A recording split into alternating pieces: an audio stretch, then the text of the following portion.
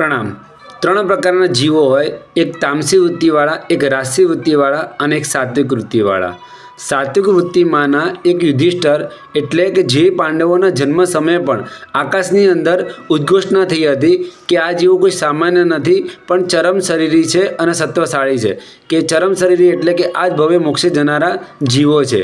અને એ પાંડવોમાંના યુધિષ્ઠર એટલે એક સત્વશાળી વ્યક્તિત્વ। અને એ યુધિષ્ઠર જ્યારે નિર્શસ્ત્ર એટલે કે શસ્ત્ર રહિત થઈને જ્યારે કૌરવોની સેનામાં આગળ વધી રહ્યા છે અને ત્યારે લોકો વિચારી રહ્યા છે કે શું આ યુધિષ્ઠરને કોઈ વૈરાગ્ય તો નથી થયો ને, કે યુદ્ધ કરવાનો સમય છે અને આ શસ્ત્ર રહિત કૌરવોની સેનામાં આગળ વધી રહ્યા છે, કંઈ વૈરાગ્ય ઉત્પન્ન થયો છે કે શું?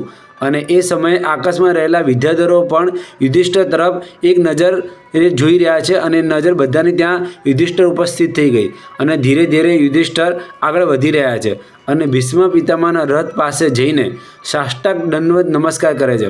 હવે બંને સમ્યક દ્રષ્ટિ છે, આ બાજુ યુધિષ્ઠર પાંચ પાંડવો પણ સમ્યક દ્રષ્ટિ છે અને ભીષ્મ પિતામહ પણ સમ્યક દ્રષ્ટિ છે અને તેમને સાષ્ટાંગ દંડવત નમસ્કાર કરીને યુધિષ્ઠર આશીર્વાદ માંગે છે કે હે પિતામહ, આપ આશીર્વાદ આપો। હવે જેની સામે લડવાનું છે એની સામે જ આશીર્વાદ।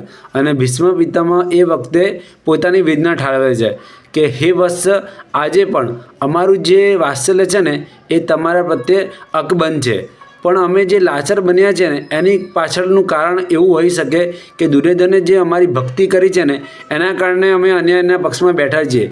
પણ હે વત્સ, તમારા પક્ષની અંદર સત્ય અને ન્યાય છે એટલે તમારો વિજય નિશ્ચિત છે, એટલે હે વત્સ તમારું કલ્યાણ થાઓ, તમારો વિજય એકદમ નિશ્ચિત છે।